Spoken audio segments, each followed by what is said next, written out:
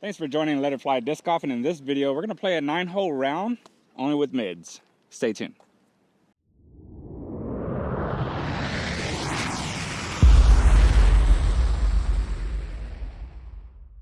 We're at Will Hare course. It's an 18-hole course. There's 2 different tee pads, so if you haven't played Will Hare here in Abilene, definitely come and check it out. Pretty cool course. Gives you a lot of cool different layouts and lines to throw. And so it's one of our best courses here in Abilene, Texas. So definitely come and check this out. Now we're going to throw from all the short tee pads just because I'm throwing only mid-ranges. I have about 10 mid-ranges in my bag. So depending on the shot, I will choose a specific mid-range and then play the entire hole with just that specific mid-range itself. All right, hole 1, 276 feet. There's that big bush right at the very end. It's a little bit to the left or right behind it. I'm gonna go with my Mako 3. It's a Star Mako 3. The wind has really died down. It's not really that crazy right now, so I'm not really a great mid-range thrower, but hopefully by the end of the round, I can give my 2 cents as far as what disc I think works really well for me and why. So let's get into it.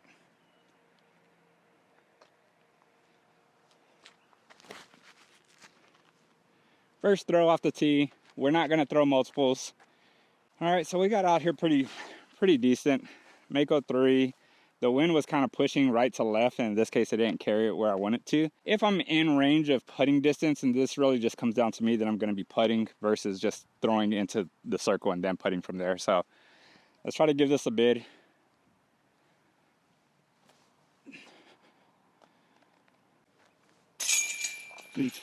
And I guess we'll keep score. That is a par 3. So we're even. Let's move on to the next hole. I do want to give a shout out to all the people who have been coming back, watching my videos, leaving comments, giving it a thumbs up if you like the content. It really does help out the channel. As you can see, there's 82% people that come and watch my content that's not subscribed. Hopefully you'll find some content that you like and enjoy watching. Hole 2, 213 feet, par 3, right there on the little ridge. We're gonna go with a Discmania method. For me, this is really good because then I don't have to put too much oomph on it, and the disc actually does a little bit of work as far as coming back to the left. So let's see how that goes. With the method, it does give me that finish, but I got to be careful with it because it can soar and it can go kind of long. So we'll kind of dial it down a little bit and just get it out there. That's probably crushed. Okay, I think we can make that. Evolution method. Normally I wouldn't purchase these type of discs, but this was given to my good friend Shelby Kaufman. He had a lot of Discmania stuff and thought I would enjoy it, and I have. All right, so I am obstructed with this tree in my way, but let's see if we can get this birdie. We got a right to left wind, so just give it a little bit. All right. And for the most part, a lot of these holes out here at Will Hare on shorts, it's very birdieable. All right, hole 3, 240 feet. The line is very different. I don't know. Some people like to take the big hyzer. They'll take the big hyzer over the backstop and then let it filter in. There's a telephone pole and then it's right into the little bushes. There is a drop down and there's no backstop. So if you hyzer too much coming in, there's a high possibility you're gonna miss the basket and fly right into the ravine. For me, this is kind of difficult because I want to go between the backstop and the telephone pole and just kind of filter there. Right now we have a headwind, so I'm gonna go with my Simon Lizotte Hex. Some of you are probably thinking that's probably a little flippy, but for some reason my glow is pretty overstable. I'm just trying to pick my line as far as which way I want to go, whether I want to go over the backstop, because sometimes when I aim for that backstop, I go into the backstop and there's a little like gap in between the bottom so you can get something out. Let's see. I'm not going to call my shot because who knows where it's going to go. Miss it, miss it, miss it. Oh, okay. I don't like to throw anything crazy dumpy. I know that some people would look at this and go, oh, that's a zone shot. But me and the zone don't get along that well. I feel like I can't even throw it that far. And I'll show you real quick. All right, so this is my zone. It's a Jomez practice round. Give a shout out to the Jomez guys. But with me, with the zone, I normally can't get it there.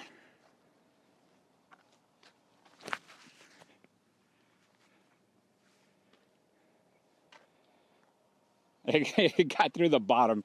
So who knows? Maybe that would have been the play. So the zone wasn't too bad. Basically about 10 feet below the Lazat. I am putting with Wizards. See if we can get another birdie.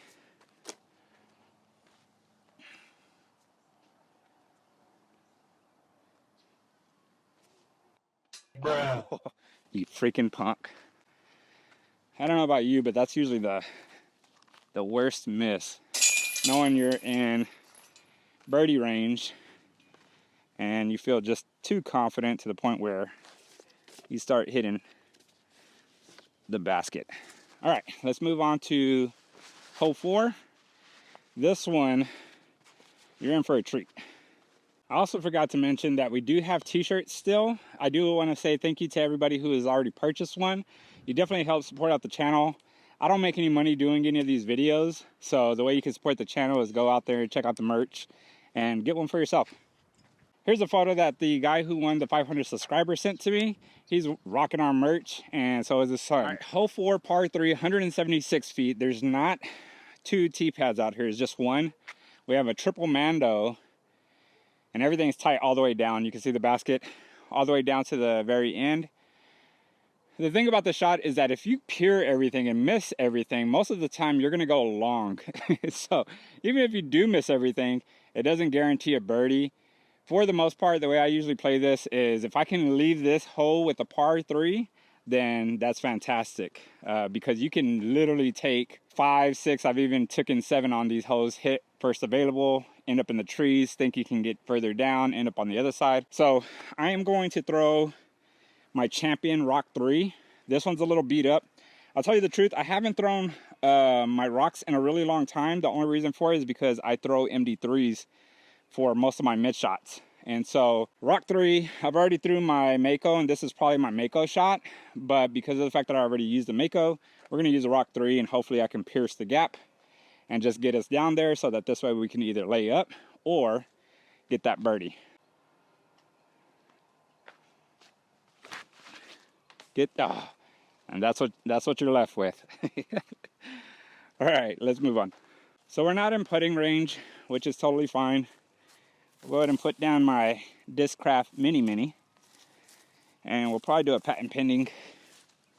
Patent pending, I think Nate Sexton talks about patent pendings, like if you're trying to go for distance, go for something understable because it's all upper body, no lower body involved. We're just gonna try to hit this right gap and then kind of filter up. I'm not gonna put a lot of stink on it, just kind of keep it there. Sit. Yep. So I thought I got in front of this tree, but I didn't. So let's see if we can save par. These trees are really thorny, man. Okay. Take one for the team. Yep.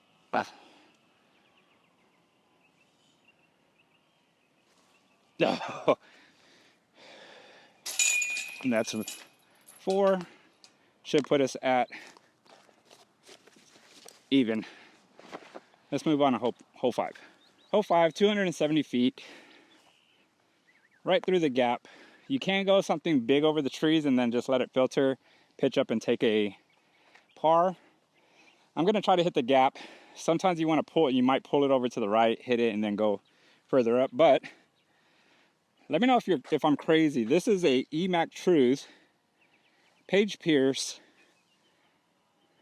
I don't like to put stuff on my walls. I like to throw what I have, and so I think I found this at a pawn shop. No name or anything. I think it's been probably years since I've had this. So let's see if we can just hit the gap. Just get up there. Get under it. Yep. Keep going. Keep going. That should get us close. Let me know if I'm crazy. EMAC Truth, we're about 29 feet away from the pin. I haven't really been putting really well. Hopefully you can hear me. There's a guy mowing his lawn. Let's give it the old college try.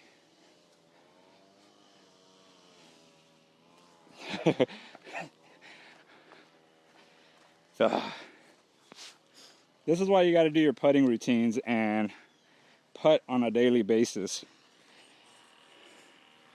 Can you imagine if I was just making all these inside circle putts? All right, let's move on to hole 6. Hole 6, 207 feet. This hole is my first ace hole. I believe I still have the video, so if you want to see that, leave it in the comments. Maybe I'll just put it on the channel. But I'm gonna go with Worship.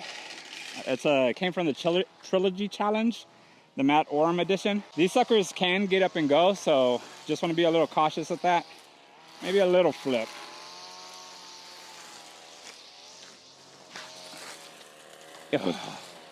She was probably gonna be long anyways.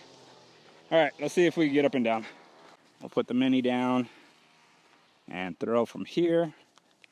These are those shots that you can mess up, so just want to kind of float her down there.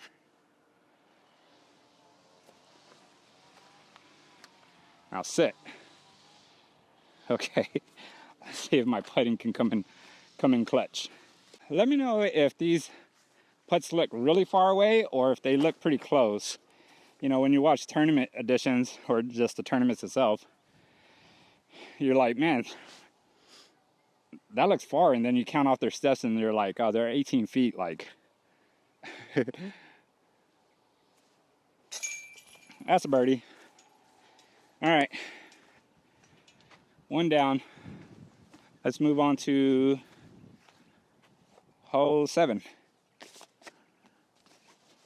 Hole 7, 211 feet. The the vegetables on this freaking tree keeps growing thicker and thicker. I used to go the backhand and then let it filter in, but I'm gonna shoot up this right gap. I'm gonna go with my zone.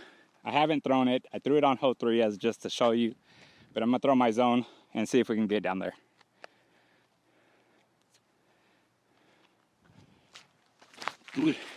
Skip. Not a very good skip. That's why I don't like to throw the zone off of tees. Yeah, me and the zone, we don't get along. I mean, I'll throw it for like shots like 150 feet out or something like that because I know that it has that stability to finish left. Let's see if we can give this at least a bid. Well, that's as bid as you're gonna get. I'm gonna putt with my Flex Challenger ESP. This is my favorite throwing putter. Man, it just gets up and goes and always has the finish that I'm looking for. If you can find one of these, pick these up. Very, very durable. I've had this one probably for 10-15 years. This is something that I definitely go into the water to retrieve if I ever threw it in the water, but most of the time I don't usually do that. So if you haven't, pick up one of these. Really good disc. All right, let's move on to the last hole. My bad, I thought this was the last hole. It's not. We have one over the ravine. This one's hole 8. It's 288 feet. This is where my mid-ranges definitely don't shine. It's not that far, but I just can't get mid-ranges to fly that far. We do have a bit of a tailwind, which you would think if I put it out a little to the right, show the bottom of the flight plate, and then let it get there. Not really sure. So I got a buzz. Me and buzzes don't normally get along. If you throw buzzes really well, leave some comments as far as some tips, pointers. Maybe I'll try the buzz again.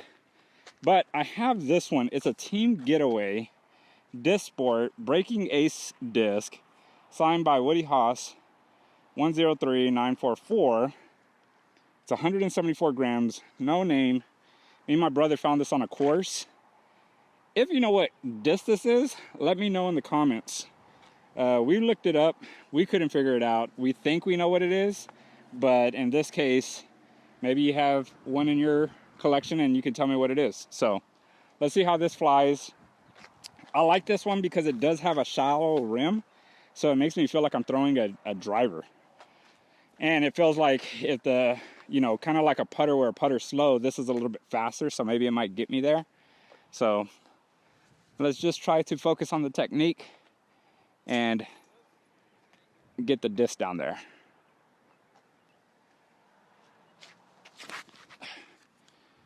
I like the flight. Push, push, push. Okay, so that right there, I didn't focus on pulling the disc. I focused on really just keeping this locked, rotating, and letting it come out flat and just let it glide down there. As you can see, I put it out a little bit to the right, but I didn't put it on crazy hyzer, which is why it gave it that flip up, and then it just rode the wind all the way down there. So let's see how close we got. That's what I'm talking about. 288 feet. And don't get me wrong, you're probably like, that's an easy shot. For me, it's not. For some reason, I mean, if I throw it too flat, then I end up going into these big old bushes. If I don't commit to the actual throw, then I end up far left of the basket. So I'll definitely take this as the highlight of my throws today. I don't know, maybe sometimes it feels like I'm doing it for the gram, even though this is on YouTube, but it's a good shot. I felt like everything was there. It felt like I didn't overpower it or underpower it. Didn't really feel like I threw it at all. Definitely check out the videos that I have. Been figuring out a lot of distance. Shout out to Salvador Torres for helping me with this journey. We're still getting better. I'm not like saying that I'm fantastic on YouTube or anything like that. I'm not trying to be here to make myself look good or anything like that. I really just want to get that good content out to you. Enjoyable content, stuff that's true, nothing that I'm trying to fake over. So if you've seen any of my previous videos and you think that that's internet distance or whatever like that, believe me, from the heart, it's definitely not. It's something that I'm pretty proud of. Put in a lot of hours, put in a lot of hours on the field, out on the course. My putting can definitely do better, but if you're throwing good shots, who needs putting, right? Let's move on to hole 9. Hole 9, 246 feet. There's a creek down there. We have a lot of vegetation growing. It is a left to right wind, so this is probably not the shot, but I'm gonna throw it anyways. Normally you want something very, very dumpy. MD3. So MD3, I have a brand new MD3 in my bag as well. I'm like contemplating whether I should throw my Buzz or my MD3. I'm not sure which one has more finish, but we're gonna go with the trusty MD3. Basically just put something close to the big tree. Hopefully it finishes before it gets there and then cuts in. So let's see how this plays out. Stay tuned to the very end. I'm gonna give my thoughts as far as what discs I was pretty surprised on how they fly, and what you should probably, maybe some of this information can come out to you and you can start throwing mid-ranges.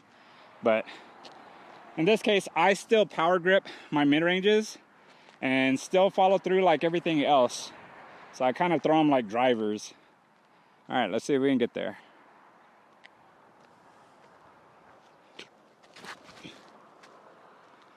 Little high. Get through, get through. Yep.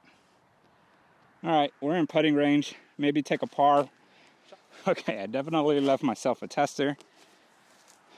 Like I said, putting hasn't been feeling great today, but I'll give it a good try. I see.